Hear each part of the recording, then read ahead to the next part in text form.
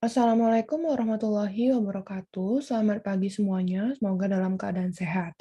Nah, untuk minggu ini kebetulan karena tanggal merah ya, seharusnya tidak ada perkuliahan langsung seperti hari biasanya, tapi karena dari kontrak kuliah sudah kelihatan ya kalau tatanan untuk pembelajaran di kecerdasan buatan ini sangat padat, sehingga untuk minggu ini tetap kita berikan materi pertama setelah kontrak kuliah, dan semoga kalian semua mempelajari materi ini secara mandiri, membaca atau mempelajari PPT-nya, kemudian menonton video pembelajaran yang sudah disiapkan, kemudian juga mengerjakan latihannya secara mandiri.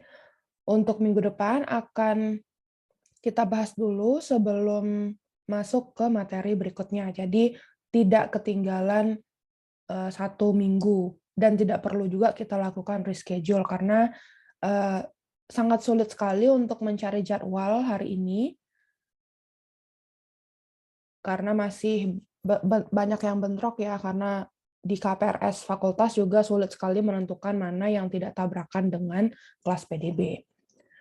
Oke, untuk minggu kedua, sesuai dengan kontrak kuliahnya, kita akan membahas agen dan representasi pengetahuan. Nah, ini mungkin adalah perpanjangan dari matematika diskrit, logika, dan logika proposisi yang sudah kita pelajari pada semester Gasal kemarin. Jadi mungkin tidak begitu baru untuk kalian, jadi semacam ada notasi lain atau bagaimana sih menggambarkan selain dengan menggunakan logika proposisi itu ada yang namanya nanti logika predikat, ada yang namanya forward reasoning, backward reasoning, kemudian ada yang namanya klausa atau CNF, dan ada model-model lain yang bisa digunakan untuk merepresentasikan pengetahuan dari informasi yang kita dapatkan sehingga kita memperoleh kesimpulan yang baru. Ini ada quote dari Albert Einstein. Kemudian kita masuk untuk yang pertama dulu, yaitu agen. Nah, sebetulnya apa sih agen itu?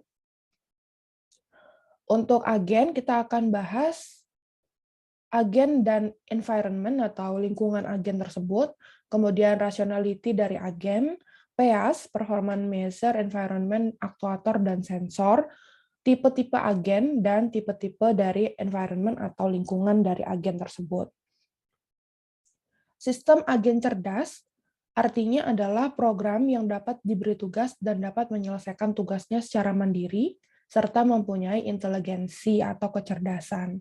Dengan bantuan sistem agen tersebut, maka pekerjaan yang membutuhkan waktu yang lama dapat diselesaikan dengan lebih cepat, dan hasilnya juga lebih bagus. Dengan adanya agen cerdas, pada aplikasi diharapkan aplikasi tersebut dapat berpikir dan menentukan pilihan langkah terbaik sehingga bisa mengalahkan manusia atau paling tidak menggantikan kegiatan manusia yang sifatnya rutin. Nah, kalau rutin itu kan agen ini bisa diberikan kecerdasan atau di-training dulu, kemudian dapat menggantikan apa yang dilakukan oleh manusia, sehingga manusia pekerjaannya itu tidak terlalu monoton dari waktu ke waktu. Kemudian definisinya, agen adalah sesuatu yang dapat merasakan lingkungannya melalui peralatan sensor-sensor, bertindak sesuai dengan lingkungannya, dan dengan menggunakan peralatan penggeraknya atau aktuator. Nah, ini berkaitan juga dengan mata kuliah yang kalian pelajari pada semester ini, yaitu sensor dan aktuator. Jadi, memang semua lingkup disiplin ilmu, dari robotika, AI, kemudian matematika diskrit itu bergabung ya atau join menjadi satu sistem agen cerdas nantinya. Sebuah agen adalah sistem komputer yang berada dalam suatu lingkungan dan memiliki kemampuan bertindak secara otonomos di dalam situasi lingkungan tersebut sesuai dengan sasaran yang sudah dirancang.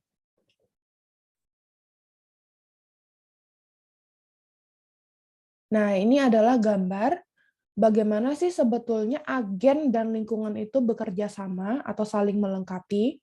Jadi untuk agen dan lingkungan itu ada dulu yang namanya sensor atau aktuator. Kemudian ada juga yang namanya percept atau action. Jadi di sini bisa dilihat ya dari gambarnya, ini adalah agen, ini adalah lingkungan. Kemudian ada sensor, ada aktuator, kemudian dari lingkungan ke agen itu ada percept, agen ke lingkungan ada action. Jadi antara agen, sensor, aktuator, percept, action, dan lingkungan itu saling bekerja sama. Kemudian ini yang perlu kalian ketahui, ada yang namanya human agent, ada yang namanya robot agent, ada yang namanya software agent. Kalau human agent itu kan punya mata, telinga, organ sejenis sebagai sensor untuk menangkap ya. Kalau misalnya ada sesuatu dari lingkungan, bisa ditangkap dan bisa dieksekusi. Misalkan ada yang manggil, atau ada yang menyuruh untuk memindahkan barang, maka diambil atau ditangkap dulu oleh telinga, kemudian action dengan menggunakan tangan atau kaki. Nah ini, tangan, kaki, mulut, dan anggota tubuh lainnya sebagai efektor. Sedangkan untuk agen robot, sensor itu berupa kamera, infrared, dan lain-lain. Efektor itu peralatan penggerak yang diberikan ke robot tersebut. Sedangkan untuk agen software, antarmuka atau UI, UX, sebagai sensor dan sekaligus sebagai penggeraknya. Jadi ada respon, bisa dalam bentuk pop-up notifikasi, apa yang harus dilakukan setelah mengisi form ini, mungkin ada tombol next-nya atau tombol submit form tersebut.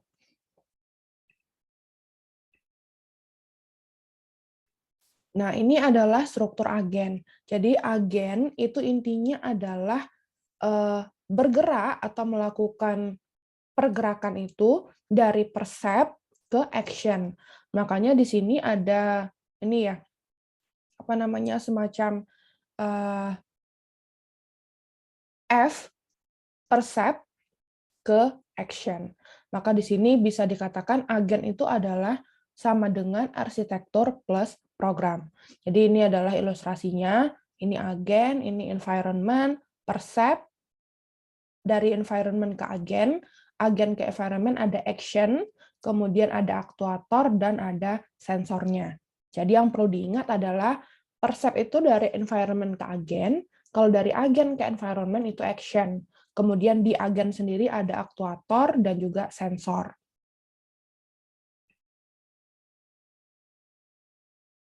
Nah, ini adalah contoh dari vacuum cleaner. Nah, vacuum cleaner mungkin semuanya sudah tahu ya bagaimana cara kerja vacuum cleaner.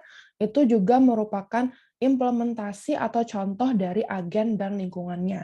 Jadi ini contohnya percept, ini adalah action. A, clean, right. A, dirty, suck. B, clean, left, dan seterusnya. Jadi di sini ada pseudocode-nya, function reflect vacuum agent location status, return and action.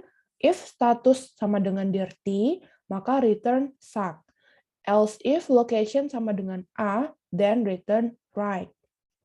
Else if location sama dengan B, then return left. Nah, inilah yang nanti akan digunakan atau yang kita tanamkan ke agen tersebut. Ini kebetulan vacuum cleaner berarti sejenis robot ya. Nah, kode program ini harus dibuat berdasarkan representasi pengetahuan yang kita tanamkan ke agen tersebut. Nah, bagaimana cara membuat ini sebelum nanti bisa menghasilkan action dan nanti vacuum cleaner itu akan bekerja sesuai dengan inputannya. Inilah yang akan kita pelajari setelah nanti kita mempelajari agen dan lingkungan di pertemuan hari ini. Namanya representasi pengetahuan, sekedar bocoran dulu. Kemudian di sini bisa kita ketahui persepnya adalah location dan konten, misalnya A dirty, B clean, A clean, A clean, A clean, A dirty. Jadi nanti setiap komen yang diinputkan itu akan dieksekusi oleh vacuum cleaner-nya. Kemudian action ada left, right, suck, no op. Jadi ini ilustrasinya ya untuk agen dan bagaimana sih percept, action, dan pseudocode atau potongan kode program yang nanti akan diinputkan ke agen robot tersebut. Kemudian rasionalitas agen, sebuah agen dikatakan rasional jika dapat memilih kemungkinan untuk bertindak yang terbaik setiap saat, menurut apa yang ia ketahui mengenal lingkungannya pada saat itu. Jadi bisa dikatakan rasionalitas agen ini diharapkan dapat melakukan atau memberi tindakan yang benar. Nah, tindakan yang benar adalah tindakan yang menyebabkan agen mencapai tingkat yang paling berhasil atau yang kesuksesan untuk mengeksekusi pekerjaan yang diminta ke agen tersebut atau yang disuruh atau yang diberikan ke agen tersebut itu berhasil. Itulah yang disebut dengan rasionalitas agen. Nah, di sini apa saja sih contohnya? Perilaku agen, agen rasional artinya agen yang mengerjakan sesuatu dengan benar, sesuai dengan tugas yang sudah di-assign ke agen tersebut. Kemudian ada performance measure, bagaimana keberhasilan suatu agen. Kemudian diperlukan juga suatu standar untuk mengukur performance dengan mengamati kondisi yang terjadi. Contoh dari perilaku agen, ini. Agen untuk membersihkan lantai yang kotor, vacuum cleaner, contohnya. Performance dari vacuum cleaner ada jumlah kotoran yang dibutuhkan, jumlah konsumsi listrik dari vacuum cleaner tersebut, jumlah kebisingan dari vacuum cleaner, apakah terlalu bising atau suara bisingnya itu bisa diredam, waktu yang dibutuhkan untuk membersihkan ruang tamu yang ukurannya 3x3, misalkan seperti itu. Nah, itu adalah performance dari vacuum cleaner. Contoh lain ada goal measure. Nah, goal measure ini apa contohnya? Lulus kuliah tepat 3,5 sampai 4 tahun. Kaya atau tidak? Kaya itu mungkin ada rank-nya. Mungkin yang memiliki kekayaan bersih di atas 1 triliun, maka itu disebut kaya. Yang tidak, maka tidak disebut kaya. Seperti itu. Kemudian performance lain, contohnya adalah IPK. IPK mahasiswa dengan NIM sekian adalah sekian. Kemudian gaji bulanan atau pendapatan bulanan rutin yang didapatkan oleh seorang PNS, misalnya seperti itu. Kemudian ini adalah contohnya, ada jenis agen, kesan, aksi, tujuan, dan lingkungan. Contoh dari jenis agennya adalah sistem diagnosa kesehatan. Gejala, jawaban pasien termasuk kesan, aksinya adalah pertanyaan, ujian, perawatan. Tujuannya adalah kesehatan pasien, harga minimal, lingkungannya adalah pasien dan rumah sakit.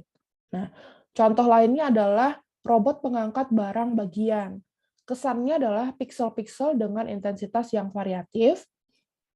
Kemudian aksinya adalah angkat barang bagian dan masukkan ke dalam keranjang. Tujuannya adalah meletakkan barang bagian ke dalam keranjang yang benar, lingkungan, alat pengangkat barang dengan barang bagian. Jadi ini adalah contoh dari rasionalitas agen, mulai dari kesan, action, goal-nya, dan juga environment-nya. Kemudian kita masuk ke PEAS. PEAS ini adalah performance measure, environment, actuator, dan sensor. Jadi PEAS yang disebut dengan PEAS itu adalah ini tadi, performance measure, environment, actuator, dan sensor.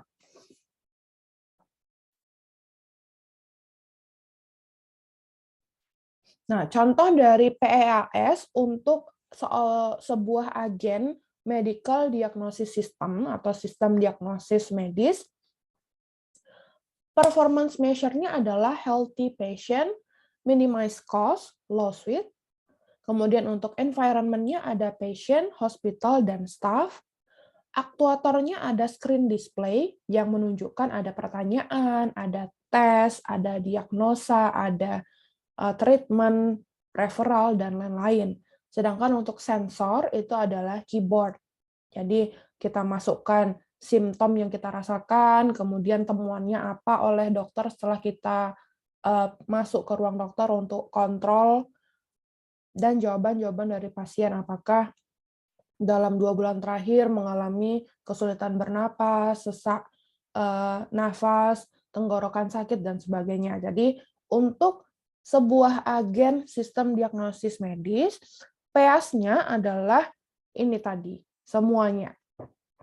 Jadi harus kita tentukan performance measure-nya apa, environment-nya apa, aktuatornya apa, sensornya apa. Kemudian contoh lain adalah untuk sebuah agen part picking robot, performance measure-nya adalah percentage of part in correct bins, environment-nya adalah conveyor belt, kemudian aktuatornya adalah joint arm and hand, sensornya adalah kamera, joint angle sensor. Seperti ini. Jadi untuk PAS itu sebetulnya tidak begitu rumit ya. Jadi kalau misalnya nanti diberikan agen X, maka bisa mengetahui performance measure-nya itu apa. Environment-nya atau lingkungan dari agen tersebut bagaimana. Aktuator itu apa saja. Dan sensor yang digunakan oleh agen tersebut bagaimana, apa saja. Kira-kira begitu. Kemudian karakteristik agen yang pertama adalah autonomous, kemampuan untuk melakukan tugasnya dan mengambil keputusan secara mandiri tanpa adanya intervensi dari luar seperti agen lain, manusia ataupun entitas lain. Jadi kalau misalnya kita pakai agen robot, maka mampu ya untuk melakukan sistem otonomos seperti ini. Kemudian reaktif, kemampuan agen untuk cepat beradaptasi terhadap perubahan informasi, reaktif. Proaktif, kemampuan yang berorientasi pada tujuan dengan cara selalu mengambil inisiatif untuk mencapai tujuan. Kemudian, agen juga diharapkan fleksibel, jadi harus ada banyak cara dalam mencapai tujuannya.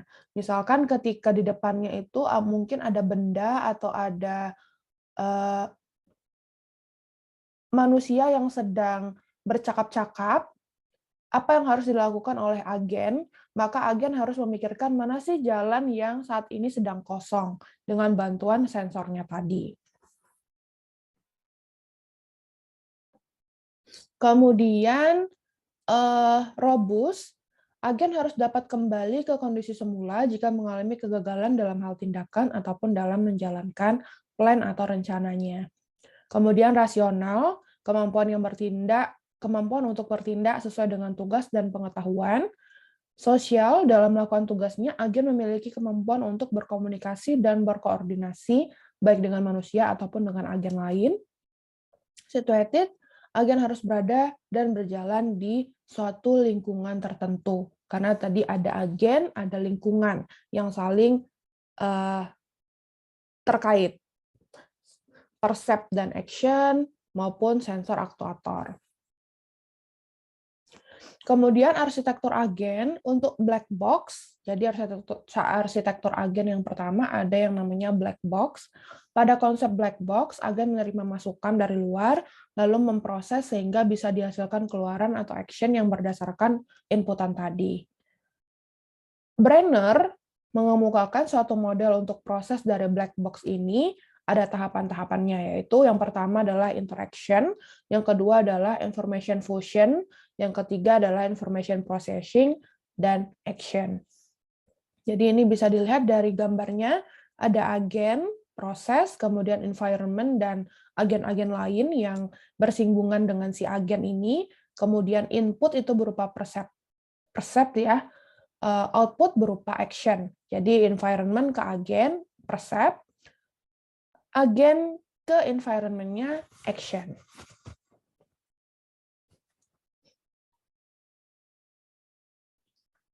Kemudian BDI agen, kepercayaan atau belief, apa saja yang diketahui dan tidak diketahui oleh agen tentang lingkungannya atau environment-nya, atau bisa juga pengetahuan agen atau informasi yang diperoleh agen tentang lingkungannya. Keinginan, tujuan tugas yang harus diselesaikan oleh agen, atau sesuatu yang ingin dicapai oleh agen tersebut. Kehendak atau intention, rencana-rencana yang disusun untuk mencapai tujuan dari agen tersebut di lingkungannya. Contohnya seperti ini, rancang bangun sistem agen cerdas untuk monitoring stok perusahaan. Ada percept, ada action-nya. Nah, percept-nya di sini apa? Percept yang digunakan di dalam sistem agen cerdas untuk monitoring stok perusahaan pastinya data pemasok baru, data barang jual, data barang beli, data barang tiba dari gudang entah dari suppliernya. Kemudian action. Action ini tentu membandingkan harga barang pemasok, membandingkan waktu antar barang. Kita menentukan pemasok, apakah misalnya pemasok ini sudah sesuai atau ada yang lebih murah dan harganya miring. Biasanya kan ada pertimbangan seperti itu. Dan kemudian action yang lainnya adalah menentukan persediaan.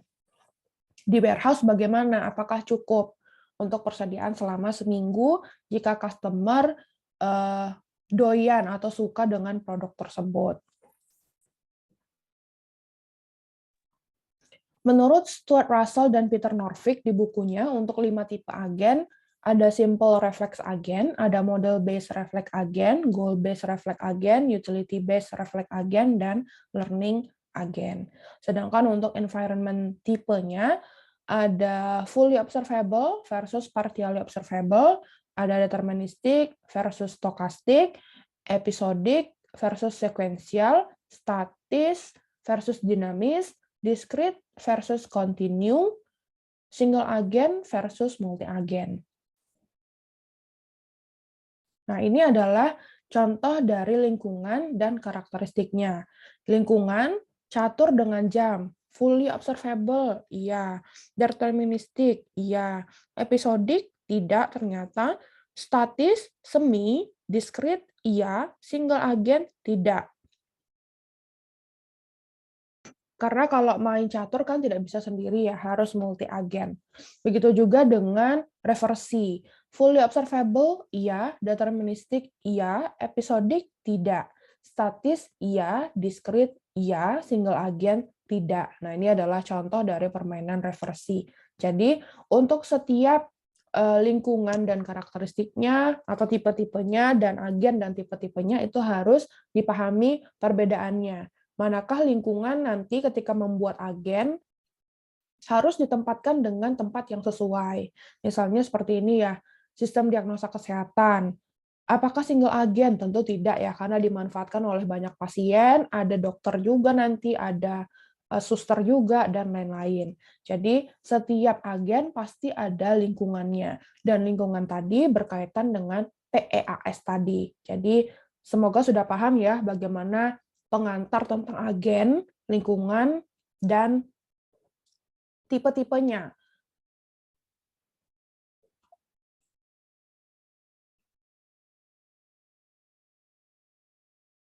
Kemudian kita masuk ke representasi pengetahuan. Nah, ini tadi sudah saya bocorkan.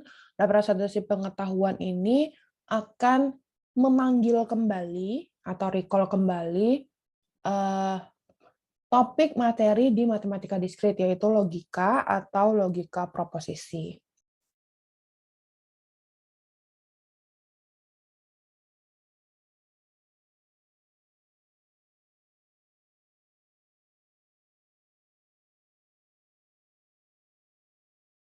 Untuk representasi pengetahuan itu diklasifikasikan menjadi 3, yaitu procedural knowledge, declarative knowledge, dan tacit knowledge. Bedanya apa sih antara 3 representasi pengetahuan ini? Kalau procedural knowledge, artinya bagaimana melakukan sesuatu, contohnya, bagaimana mendidihkan air dalam mangkok atau dalam panci, bagaimana memasak mie instan atau nasi goreng, bagaimana menjalankan mobil atau motor, kira-kira seperti itu. Jadi, namanya juga prosedural, artinya bagaimana melakukan sesuatu dari awal sampai nanti selesai dilakukan pekerjaan itu. Sedangkan untuk declarative knowledge, artinya knowledge itu adalah sesuatu yang betul atau salah. Misalkan diberikan informasi, Fakultas Teknologi Maju mempunyai 3 program studi. Salah. FTMM punya 5 program studi. Dekan Fakultas Teknologi Maju adalah Prof. Dr. Dwi Setiawan, SSI, MSI, APT. Betul atau salah? Betul. Karena saat ini dekan fakultas kita adalah Prof. Dwi. Ini adalah declarative knowledge. Kemudian ada yang namanya tacit knowledge. Tacit knowledge ini artinya tidak dapat diungkapkan dengan bahasa lisan ya, linguistik. Contohnya bagaimana kita menggerakkan tangan, bagaimana caranya memejamkan mata. Mungkin ini seperti untuk teman-teman kita yang disabilitas. Tacit knowledge ini sangat berfungsi atau mungkin sangat mendominasi untuk kehidupan sehari-harinya.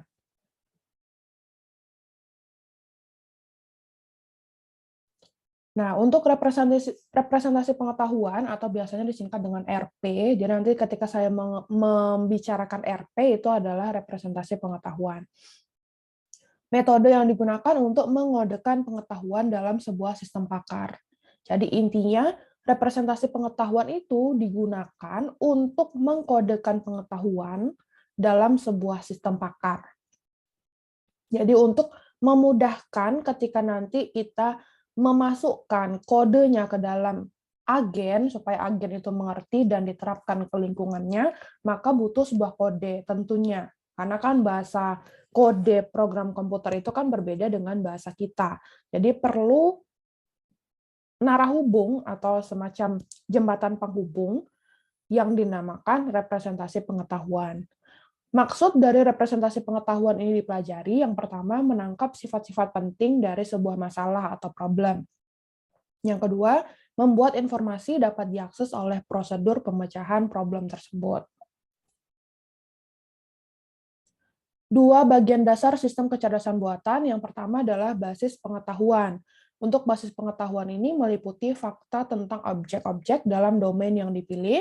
Yang kedua, hubungan antara domain-domain tersebut. Kemudian ada yang namanya inference engine. Mungkin minggu lalu juga sudah saya sampaikan ya, bagannya kecerdasan buatan itu ada knowledge base, ada inference engine-nya. Nah, inference engine itu merupakan sekumpulan prosedur kemudian menguji basis pengetahuan dalam menjawab suatu pertanyaan, menyelesaikan masalah, atau membuat keputusan.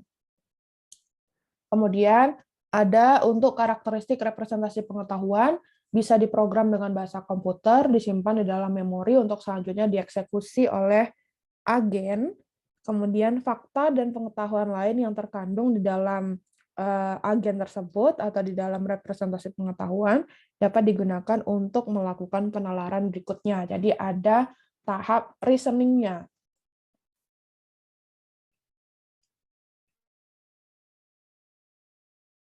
Pengetahuan dapat direpresentasikan dalam bentuk yang sederhana atau kompleks tergantung dari masalahnya. Nah, beberapa model representasi pengetahuan yang bisa digunakan adalah logika atau logic, ini kita pelajari di matematika diskrit, kemudian list dan tree, jaringan semantik, bingkai atau frame, decision table, decision tree, naskah atau script, serta kaidah atau sistem produksi atau production rule. Nah, untuk pertemuan kita itu saya tidak akan membahas semuanya karena kalau semuanya kan terlalu banyak. Saya bahas hanya fokus di logika atau logic, kemudian jaringan semantik sedikit, kemudian kaidah atau sistem produksi production rule. Untuk selebihnya, kalau misalnya nanti tertarik bagaimana cara lain untuk representasi pengetahuan itu bisa kalian pelajari sendiri. Nah, untuk basis pengetahuan, ini gambarnya sudah saya munculkan minggu lalu ya, ketika saya memberikan pengantar. Langkah pertama untuk membangun AI itu adalah bagaimana membangun sebuah knowledge base. Jadi, knowledge base ini adalah satu hal yang harus dilakukan ketika kita ingin membuat kecerdasan buatan. Sesuatu yang mengandung kecerdasan buatan, itu harus ada knowledge base-nya dulu. Tidak bisa ujuk-ujuk, oh ini AI-nya. Knowledge base-nya mana? Tidak ada. Tidak bisa seperti itu. Selanjutnya, kita akan menggunakan inference engine untuk memproses menjadi output. Maka, ibaratnya kita memiliki input problem. Nah, problem ini harus kita olah dulu dengan menggunakan knowledge base. Kemudian dari knowledge base ini nanti akan dibantu oleh inference engine untuk menjadikannya sebuah proses yang otomatis atau otonomos misalnya untuk bisa nanti menghasilkan sebuah solusi yang juga tergantung ya otonomos atau otomatis atau yang sifatnya cepat, tepat berdasarkan matriks akurasi misalnya seperti itu juga bisa. Untuk basis pengetahuan ada dua, yaitu knowledge engineering dan knowledge representation. Knowledge engineering ini artinya proses untuk mengoleksi dan mengorganisasi pengetahuan, sedangkan untuk knowledge representation ini adalah proses bagaimana pengetahuan direpresentasikan dalam sebuah bentuk basis pengetahuan. Nah, untuk basis pengetahuan ini sebetulnya tidak hanya berhenti sampai di kecerdasan buatan. Kecerdasan buatan ini kan nanti ada machine learning, ada deep learning, dan seterusnya. Kalau kita ingin mempelajari rekayasa pengetahuan, itu kita juga akan menggunakan basis pengetahuan ini sebagai basic-nya. Untuk rekayasa pengetahuan itu mungkin pernah dengar ada yang namanya ontologi. Ontologi itu adalah hal yang baru di computer science, tapi sudah banyak yang mencoba mengeksplor karena memang sangat-sangat membantu knowledge base dan inference engine untuk bekerja sama itu terlihat di rekayasa pengetahuan lewat ontologi. Ada aplikasinya juga, tapi tetap yang namanya aplikasi kan hanya membantu atau sebagai tools-nya ya. Tetap untuk logika ataupun bagaimana cara representasi pengetahuan itu tetap kita sebagai manusia atau developernya yang bertugas untuk memberikan inputan. Representasi pengetahuan ini suatu proses untuk menangkap sifat-sifat penting sebuah masalah dan membuat informasi tersebut dapat diakses oleh prosedur pemecahan permasalahan. Karakteristik representasi pengetahuan yang pertama dapat diprogram, yang kedua dapat dimanfaatkan untuk penalaran, menggambarkan kesimpulan sebagai fungsi kecerdasan. Jadi ujung-ujungnya nanti dimanfaatkan untuk reasoning. Akhirnya reasoning itu nanti bisa kita jadikan sebagai acuan untuk mengambil atau penarikan kesimpulan. Harus terdiri dari struktur data dan prosedur untuk penafsiran. Hal yang berhubungan dengan representasi pengetahuan adalah yang pertama, objek pengetahuan itu sendiri, kemudian yang kedua ada event, kemudian ada performa, ada meta knowledge. Penggunaan pengetahuan ini ada acquisition, artinya mengintegrasikan informasi baru ke dalam pengetahuan sistem. Ada dua level, menyusun fakta ke dalam database, kemudian pembuatan fungsi untuk mengintegrasikannya dengan cara belajar dan beradaptasi terlebih dahulu. Jadi tentu ya, setiap agen yang disisipi dengan sebuah knowledge base dan inference engine, itu tidak akan bisa tanpa melewati proses learning dan beradaptasi terlebih dahulu. Karena harus tahu dulu apa yang menjadi masukan, apa yang harus diproses, bagaimana penarikan kesimpulan seandainya berbagai macam solusi atau problem terjadi di lapangan, bagaimana harus bisa mengambil kesimpulan di akhir. Nah, itulah gunanya sistem agen cerdas itu menggunakan prinsip dari kecerdasan buatan. Kemudian retrieval artinya mengingat kembali, menyusun ulang pengetahuan berdasarkan hubungan pengetahuan terhadap masalah. Bisa linking, bisa lumping.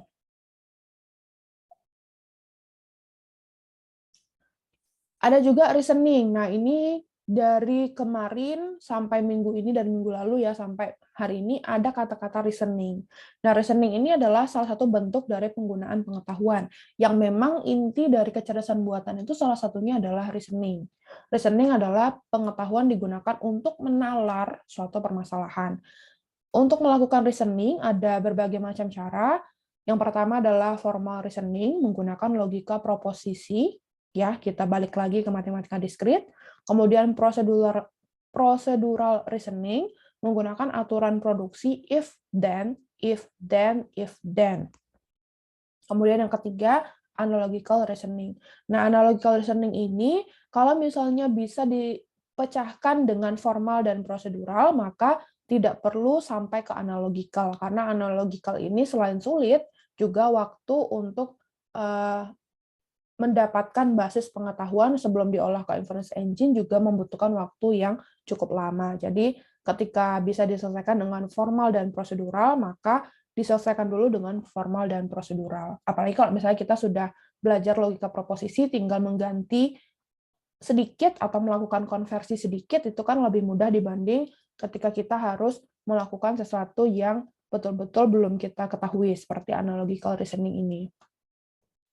Jika suatu permasalahan dideskripsikan dengan menggunakan representasi yang tepat, maka dapat dipastikan bahwa permasalahan tersebut dapat diselesaikan. Nah, kita masuk ke klasifikasi kategori representasi pengetahuan. Ada dua, deklaratif dan prosedural. Untuk deklaratif, ada representasi logika menggunakan logika formal digunakan pada prolog. Kemudian ada representasi prosedural menggambarkan kumpulan instruksi dengan pemrograman if, then. Representasi network ada penggambaran pengetahuan sebagai graph dan tree. Nah, sudah kita pelajari juga ya, graph dan tree. Kemudian representasi terstruktur bisa dengan membuat script, frame, dan objek. Kemudian ada juga untuk membuat representasi pengetahuan itu dengan menggunakan prosedural, dibuat dalam prosedur-prosedur. Representasi logika adalah representasi pengetahuan yang paling tua, yang paling sering digunakan, yang paling umum di kalangan yang menyukai IT dan AI. Kemudian proses menarik kesimpulan dengan menggunakan representasi logika ini berdasarkan kesimpulan dari fakta yang sudah ada. Inputnya adalah premis-premis, outputnya adalah kesimpulan. Terdiri dari sintaks atau simbol, semantik atau fakta, dan proses pengambilan keputusan atau inferensi. Proses penalaran terdiri dari proses penalaran deduktif, adalah umum ke khusus, kemudian ada proses penalaran induktif, khusus ke umum. Kemudian ada yang namanya logika, logika preposisi, ada and, or, not, implikasi, ekuivalensi, atau biimplikasi. Ada yang namanya logika predikat, representasi fakta dalam bentuk well-formed formula. Kira-kira ini gambaran dari representasi logika yang akan kita pelajari pada representasi pengetahuan minggu ini. Contoh dari ilustrasi representasi pengetahuan secara logika atau secara logik, contoh fakta sederhana, Sphinx adalah kucing. Maka kalau kita representasikan secara logika menjadi kucing, buka kurung, Sphinx, tutup kurung. Ini sama artinya dengan Sphinx adalah kucing.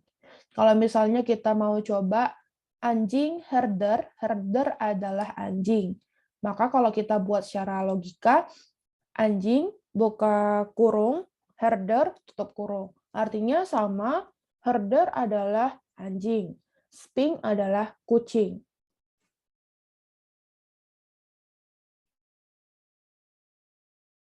Kita juga dapat merepresentasikan secara logik fakta yang lain bahwa misalkan semua kucing mempunyai ekor.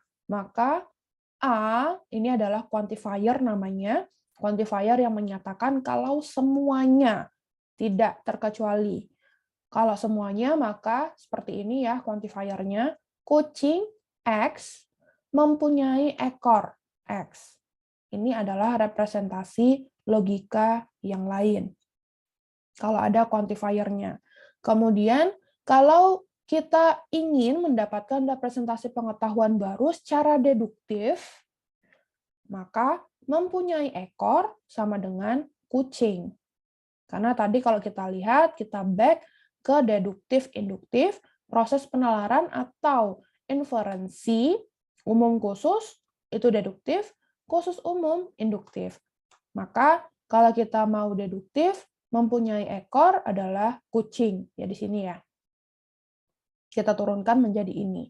Dengan menggunakan fungsi mapping secara backward ini kita menggunakan teknik logika predikat, well-formed formula. Salah satunya adalah backward reasoning dan forward reasoning. Maka kita mendapatkan suatu kalimat baru hasil dari representasi logika, Sphinx mempunyai ekor. Karena tadi di sini kan kucing. Kucing tadi Sphinx, maka Sphinx mempunyai ekor. Karena Sphinx ini termasuk kucing, kucing punya ekor. Ini mungkin tidak begitu rumit ya. Mungkin nanti kita lihat contoh berikutnya. Dua metode penalaran yang menggunakan aturan. Yang pertama ada forward reasoning, penalaran maju. Pelacakan dimulai dari keadaan awal atau informasi ataupun fakta yang ada. Kemudian kita coba untuk mencocokkan dengan tujuan atau goal yang diharapkan. Forward reasoning bisa kita gunakan jika jumlah keadaan awal lebih kecil daripada tujuan dan kejadian tersebut berupa fakta yang baru. Itu bisa kita gunakan forward reasoning. Bagaimana dengan backward reasoning? Backward reasoning ini dimulai dari tujuan ataupun sebuah hipotesa. Jadi kita punya hipotesa, maka bisa kita gunakan backward reasoning untuk mendapatkan informasinya. Baru kemudian dicocokkan dengan keadaan awal atau fakta-fakta yang ada. Backward reasoning digunakan jika jumlah keadaan awal lebih banyak daripada tujuan atau goal-nya. Selain itu, backward reasoning juga ketika kejadian itu berupa query, maka kita gunakan backward reasoning, bukan forward reasoning. Contohnya seperti ini untuk forward reasoning. R1, if suku bunga turun, then harga obligasi naik. If suku bunga naik, then harga obligasi turun. R3, if suku bunga tidak berubah, then harga obligasi tidak berubah. R4, if dolar naik, then suku bunga turun. R5, if dolar turun, then suku bunga naik.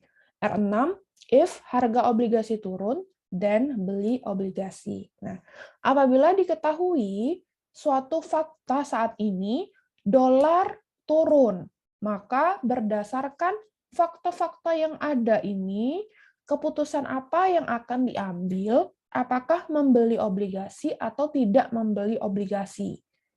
Ini bisa kita lakukan dengan forward reasoning. Bagaimana caranya? Caranya adalah dari fakta dolar turun, dari tadi kita ada fakta dolar turun, maka berdasarkan Rule 5 atau R5, diperoleh konklusi suku bunga naik. Jadi R5 ya, if dolar turun, then suku bunga naik. Kemudian kita harus cari lagi, suku bunga naik itu bagaimana? Dari Rule 2 atau R2, dikatakan suku bunga naik menyebabkan harga obligasi turun.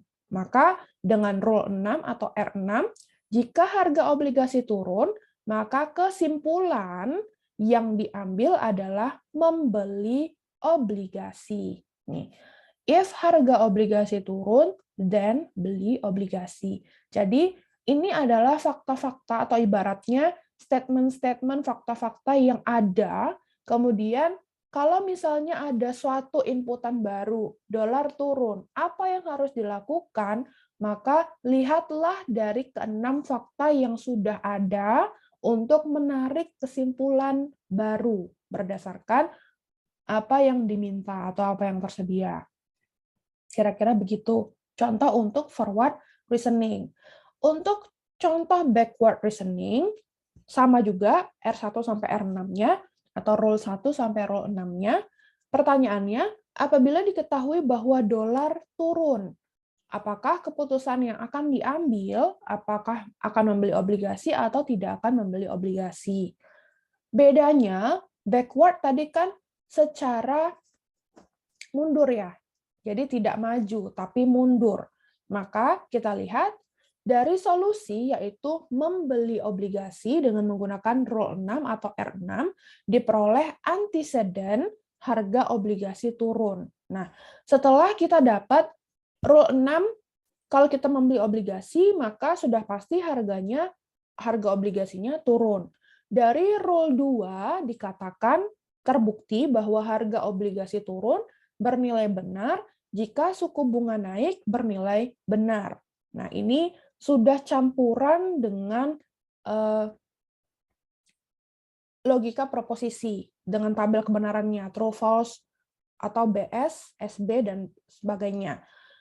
Kemudian kita lihat ke Rule 5 setelah kita melihat ke Rule 2. Dari Rule 5, suku bunga naik memang bernilai benar karena diketahui fakta dolarnya turun.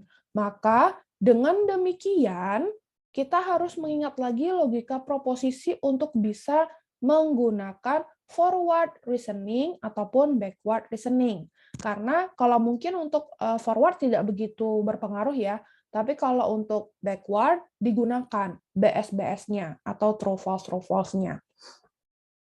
Jadi untuk backward listening sampai di sini ya, mungkin approach-nya itu yang berbeda dari forward listening. Ingat lagi logika proposisi. Saya tidak akan menjelaskan lagi logika proposisi karena sudah kita bahas 2 minggu di matematika diskrit semester lalu. Jadi untuk yang lupa atau bagaimana secara membuat tabel kebenaran, bagaimana disjungsi, konjungsi, dan sebagainya, silakan dibuka kembali PPT atau materi pada matematika diskrit. Untuk representasi pengetahuan, intinya adalah logika proposisi itu akan digunakan untuk membuat pengetahuan, menarik kesimpulan, dan lain-lain. Diingat juga konjungsi, disjungsi, negasi, implikasi, biimplikasi, serta bagaimana tabel kebenaran untuk setiap operator tersebut. Kemudian kita masuk ke yang namanya mengkonversi logika proposisi. Jadi ingat lagi logika proposisi, tapi sekarang kita ingin mengubah menjadi klausa atau CNF. Sebelum dilakukan inferensi atau penarikan kesimpulan pada logika proposisi dengan resolusi, maka suatu logika proposisi harus diubah terlebih dahulu ke dalam bentuk khusus yang dikenal dengan nama konjungtif normal form atau CNF. Nah, CNF ini artinya adalah klausa. Bentuk CNF adalah bentuk standar untuk ekspresi logika dalam term representasi pengetahuan atau RP. Jadi memang karena kita sekarang sudah belajar representasi pengetahuan, yang akan digunakan adalah CNF, bukan bentuk mentah atau raw dari logika proposisi. Bagaimana cara kita mengkonversi logika proposisi ke klausa CNF? Yang pertama, hilangkan implikasi dan biimplikasi. Seperti ini ya. Kemudian yang kedua, kurangi lingkup semua negasi menjadi satu negasi saja.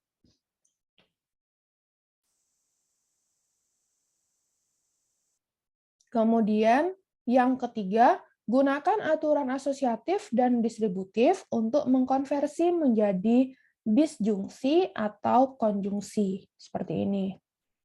Kemudian yang keempat, buat salah satu kalimat terpisah untuk setiap konjungsi yang ada. Contoh studi kasusnya.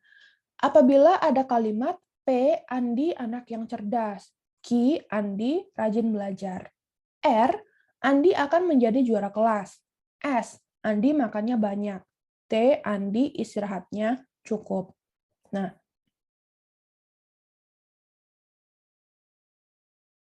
dari PQRST ini bisa kita lakukan ke bentuk yang pertama, kalimat yang terbentuk basis pengetahuan dengan menggunakan logika proposisi dari PQRST menjadi seperti ini. P. Andi anak yang cerdas. Kemudian yang kedua, jika Andi anak yang cerdas dan Andi rajin belajar, maka Andi akan menjadi juara kelas. Yang ketiga, jika Andi makannya banyak atau Andi istirahatnya cukup, maka Andi rajin belajar. Yang keempat, Andi istirahatnya cukup. Nah, ini adalah penggambaran dengan menggunakan logika proposisi dari ini. Andi rajin belajar, Andi akan menjadi juara kelas. Ini bisa digabung.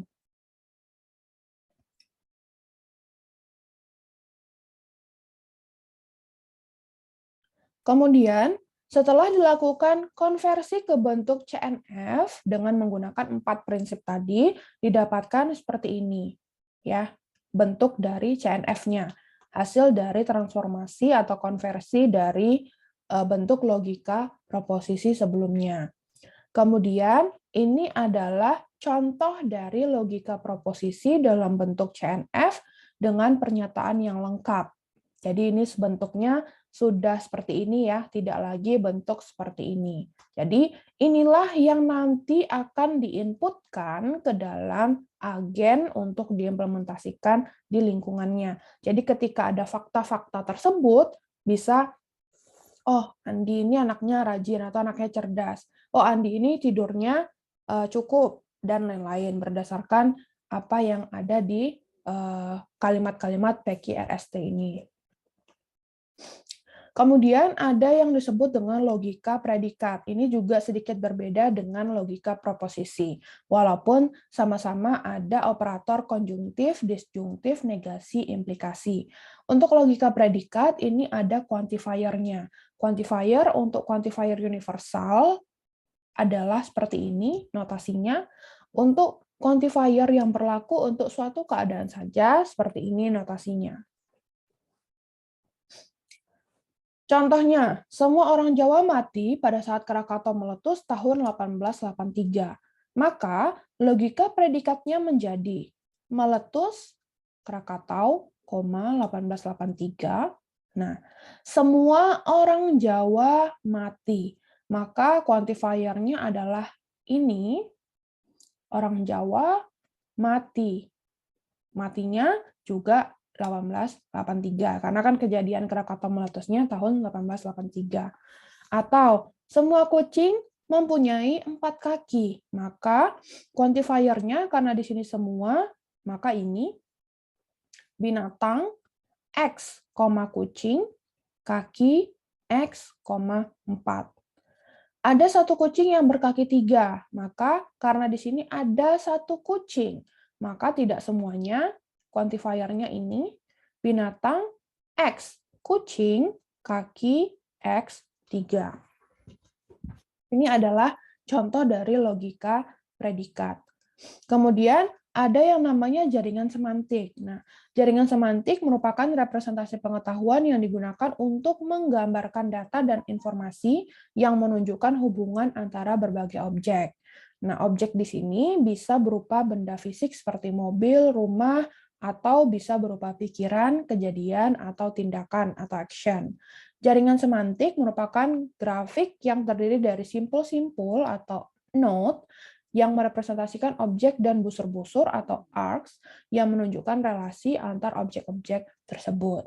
Jaringan semantik merupakan alat efektif untuk merepresentasikan pemetaan data agar tidak terjadi duplikasi data. Kita lihat contoh dari jaringan semantik. Beberapa mahasiswa sedang membicarakan keadaan Toyes dan Bejo. Menurut pengetahuan mereka, Toyes dan Bejo mempunyai beberapa keadaan sebagai berikut. Toyes adalah seorang sekretaris dan bekerja untuk Bejo. Toyes dan Bejo adalah seorang manusia. Toyes dan Bejo bekerja dalam R&D Department PT Lombok Persada. Toyes berumur 42 tahun dan memiliki mata berwarna hitam. Bejo adalah seorang manajer senior. Seorang manajer senior biasanya mempunyai mobil perusahaan. Sebagian besar karyawan dalam perusahaan PT Lombok Persada memiliki izin parkir. Pertanyaannya, bagaimana jaringan semantik dari data dan informasi dari nomor 1 sampai 7 tadi? Maka, jika representasi pengetahuannya disajikan dalam bentuk jaringan semantik akan menjadi seperti ini. Nih, Toyes adalah seorang sekretaris dan bekerja untuk Bejo.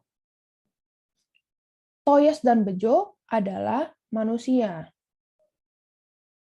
Toyes dan Bejo bekerja dalam R&D Department dari perusahaan PT Lombok Persada. Toye berumur 42 tahun dan mempunyai mata berwarna hitam. Bejo adalah seorang manajer senior. Seorang manajer senior biasanya mempunyai mobil perusahaan. Dan yang terakhir, sebagian besar karyawan dalam perusahaan PT Lombok Persada memiliki izin parkir. Jadi bentukannya seperti ini ya untuk jaringan semantik atau semantic network. Kemudian kita masuk ke soal-soal untuk representasi pengetahuan. Apakah hasil representasi pengetahuan dari silsilah keluarga berikut? Ada Hari, Agus, Budi, Ani, Ria, Ita, Rudi. Nah, ini juga kalau kita lihat bentuknya menjadi seperti tria. Hasil representasi pengetahuannya kita buatkan ke bentuk seperti ini. Anak laki, Hari, Agus.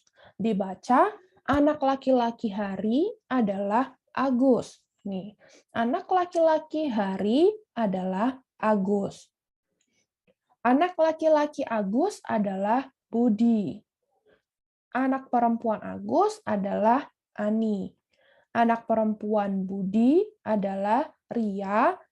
Anak perempuan Budi adalah Ita. Anak laki-laki Ani adalah Rudi. Jadi ini adalah hasil representasi pengetahuan dari silsilah keluarga berikut. Catatan yang harus diingat adalah kita dapat menggunakan kalimat apapun sebagai predikat. Jadi, kalau kita ingin atau butuh predikat, bisa menggunakan kalimat apapun. Ide dasar untuk membuat notasi representasi pengetahuan adalah predikat, buka kurung, argumen, koma, argumen, tutup kurung. Ini adalah contoh query sederhana untuk representasi pengetahuan. Intinya adalah dengan menggunakan query ini nanti, kita bisa mencari suatu pengetahuan dari representasi yang ada atau yang tersedia. Contohnya seperti ini. Anak perempuan Agus, P. Maka P ini siapa? Kita harus membuka kembali paling tidak hasil ini atau silsilah keluarganya. Maka dengan demikian kita bisa tahu hasilnya adalah Ani, karena Ani adalah anak perempuan dari Agus. Query lain, misalkan anak laki-laki OT, AL. Maka dari representasi pengetahuan sebelumnya tadi kita bisa mengetahui OT hari, AL-nya Agus. Anak lakinya Agus, Budi. Anak laki Ani, Rudi. Hasil dari silsilah yang dalam bentuk pohon tadi atau representasi pengetahuan di slide setelahnya. Nah, ini ada juga query lain. Anak laki P, Budi, anak perempuan P, D. Bagaimana hasilnya untuk P dan D? Maka kita bisa tahu siapa sih anak laki-laki orang tuanya si Budi, maka Agus jawabannya. Kemudian kalau kita sudah tahu P itu Agus, maka anak perempuannya Agus siapa? Ani. Maka ini pertanyaannya, kalau misalnya ditanyakan bagaimana atau siapakah saudara perempuan dari Budi, maka jawabannya adalah Ani, yang orang tuanya adalah Agus. Nah, untuk hubungan antar pengetahuan yang sudah kita lihat di slide-slide sebelumnya, itu kita juga bisa mengembangkan hubungan antara knowledge atau pengetahuan yang sudah kita dapatkan. Misalnya karena tadi cuma membahas anak laki, anak perempuan, orang tua, maka kita juga bisa menambahkan anak laki-laki dan anak perempuan yang di-extend menjadi hubungan orang tua. Bagaimana cara menuliskan notasinya? Seperti ini. Orang tua C, P. Minus anak laki P, C. Ini sama artinya. Kemudian, orang tua C, P, ini sama dengan anak minus atau negasi anak perempuan P, C. Contohnya, orang tua Budi, P. Maka P-nya adalah Agus. Kemudian, pengembangan representasi pengetahuan bisa juga dilakukan secara rekursif. Jika ingin mencari turunan, maka turunan OT, TR sama dengan negasi orang tua TR, OT, maka ini untuk merepresentasikan anak. Kalau cucu, turunan OT, TR sama dengan negasi orang tua TR, T, orang tua P, OT. Sedangkan untuk mencari cicit atau turunan cicit, turunan OT, TR sama dengan negasi orang tua TR, P, orang tua P, GP, orang tua GP, OT. Ini adalah representasi pengetahuan untuk kita mendapatkan cicit. Jadi tidak hanya anak laki, anak perempuan, orang tua saja, tapi bisa merepresentasikan cucu dan juga cicit dari sebuah keluarga. Nah, nanti untuk pengembangan turunan ini bisa dengan bantuan ontologi atau rekayasa pengetahuan. Nah, ini ada contoh studi kasus. Misalkan terdapat pernyataan yang pertama, Andi adalah seorang mahasiswa. Andi masuk jurusan elektro. Setiap mahasiswa elektro pasti mahasiswa teknik. Kalkulus adalah mata kuliah yang sulit. Setiap mahasiswa teknik pasti akan suka kalkulus atau akan membencinya. Setiap mahasiswa pasti akan suka terhadap suatu mata kuliah. Mahasiswa yang tidak pernah hadir pada mata kuliah yang sulit, maka mereka pasti tidak suka terhadap mata kuliah itu. Yang kedelapan, Andi tidak pernah hadir kuliah mata kuliah kalkulus. Jadi ada 8 pernyataan yang disediakan oleh ini, ya, di slide ini. Bagaimana cara kita mengubahnya untuk mendapatkan kesimpulan atau berdasarkan ada satu informasi baru, maka kesimpulannya apa? Maka kalau kita ingin mendefinisikan dalam bentuk logika predikat, maka seperti ini, dari nomor 1 sampai nomor 8. Kalau kita ingin merepresentasikannya dalam bentuk klausa atau CNF, maka seperti ini bentukannya. Itu bebas ya, tergantung dari soalnya nanti. Kalau misalnya soalnya meminta untuk dari soal ini buat ke CNF, maka harus seperti ini hasilnya. Tapi kalau misalnya soalnya minta logika predikat atau tidak disebutkan, maka boleh logika predikat, boleh klausa atau CNF. Misalnya dari 8 statement ini ada pertanyaan, apakah Andi suka mata kuliah kalkulus? Maka dari logika predikat atau klausa CNF tadi harus kita tarik kesimpulannya. Harus kita lakukan inferensi. Apakah si Andi ini suka mata kuliah kalkulus? Yang pertama tentu bisa kita gunakan penalaran atau reasoning. Contohnya kita bisa gunakan backward reasoning. Hasilnya yang kita dapatkan dengan menggunakan backward reasoning, Andi tidak suka dengan mata kuliah kalkulus. Bagaimana cara backward reasoning-nya bekerja? Maka seperti ini. Hadir Andi kalkulus, sulit kalkulus, dan hadir Andi kalkulus, mahasiswa Andi dan sulit kalkulus, dan hadir Andi kalkulus, suka Andi kalkulus. Jadi didapatkan kalau Andi tidak hadir mata kuliah kalkulus, maka Andi tidak suka mata kuliah kalkulus. Jadi dari sini hasilnya ini. Jadi Andi tidak hadir, maka Andi tidak suka dengan mata kuliah kalkulus. Ini dengan cara backward reasoning. Kemudian kalau dengan menggunakan klausa CNF, bagaimana hasilnya? Apakah Andi suka mata kuliah kalkulus? Maka kita dapatkan hadir Andi kalkulus, sulit kalkulus, atau hadir Andi kalkulus, sampai nanti ke benci Andi kalkulus. Maka didapatkan Andi tidak suka dengan mata kuliah kalkulus. Mau dengan cara apapun, representasi pengetahuan yang kita gunakan untuk mendapatkan inferensi atau kesimpulan dari informasi yang disajikan itu pasti sama, baik dengan backward reasoning atau penalaran, forward backward, baik dengan logika predikat maupun dengan logika klausa atau CNF. Yang tidak bisa kita gunakan di sini adalah logika proposisi. Karena logika proposisi itu bukan di tahap representasi pengetahuan. Maka dari saya, kalau misalnya nanti diminta paling tidak untuk representasi pengetahuan ini, kuasailah logika predikat, CNF atau klausa, backward reasoning, forward reasoning, dan jaringan semantik. Biasanya itu yang rutin atau akan digunakan. Walaupun sebetulnya tidak menutup kemungkinan juga akan menggunakan decision table, kemudian decision tree, kemudian juga ada script ya. Script itu lain lagi representasi pengetahuannya, tapi untuk kita di mata kuliah ini hanya itu saja ya, logika predikat, CNF, jaringan semantik, dan penalaran, forward dan backward reasoning. Itu sudah cukup untuk sebagai bekal nanti membuat knowledge base sebelum nanti bisa diolah dengan inference engine. Ini adalah latihan untuk membantu kalian memahami sebetulnya bagaimana sih representasi pengetahuan dan agen ini. Ada 5 soal. Yang pertama, jelaskan dan berikan contoh 5 tipe agen dan 6 tipe lingkungan. Berikan masing-masingnya contoh.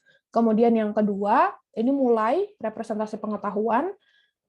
Ada fakta A sampai I, ubah fakta-fakta tersebut ke dalam logika predikat. Dan jawab pertanyaan seandainya ditanyakan, apakah Karto masih hidup?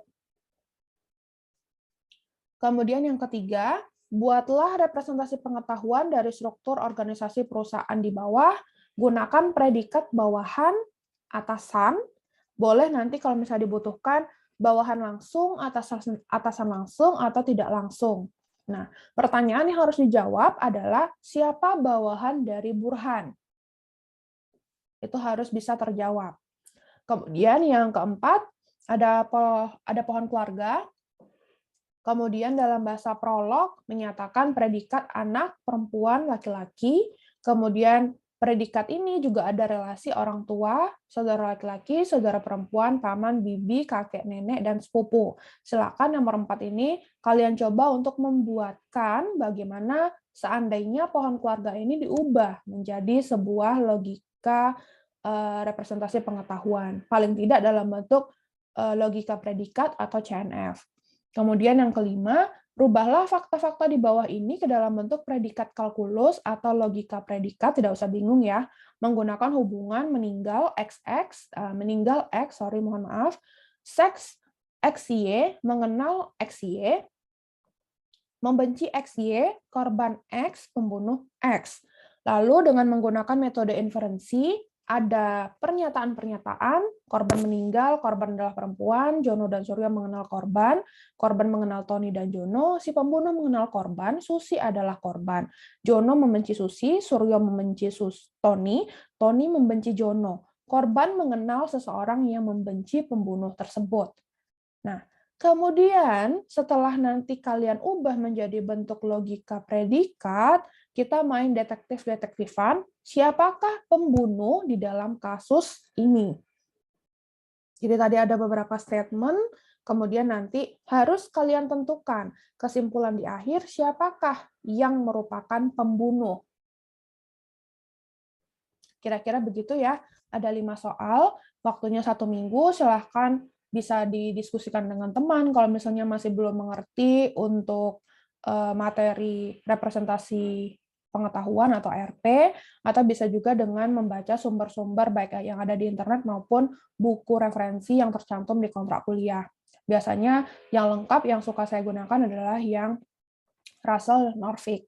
Itu yang biasanya digunakan sebagai acuan untuk kecerdasan buatan. Kira-kira begitu yang bisa saya sampaikan untuk materi minggu kedua kecerdasan buatan. Kita ketemu lagi minggu depan, yaitu metode pelacakan atau pencarian searching. Sebelum nanti kita masuk ke searching, akan kita bahas dulu paling tidak 1-2 soal dari latihan pada minggu ini. Kira-kira itu yang bisa saya sampaikan. Selamat belajar, selamat mencoba latihannya, selamat berdiskusi dengan teman juga. Kalau misalnya ada yang tidak dipahami, mungkin bisa chat saya ya untuk menanyakan ini maksudnya seperti apa. Kalau misalnya memang tidak bisa menemukan jawaban dari hasil diskusi ataupun hasil membaca buku referensi. Kira-kira begitu, kita ketemu lagi minggu depan. Saya akhiri, Assalamualaikum warahmatullahi wabarakatuh.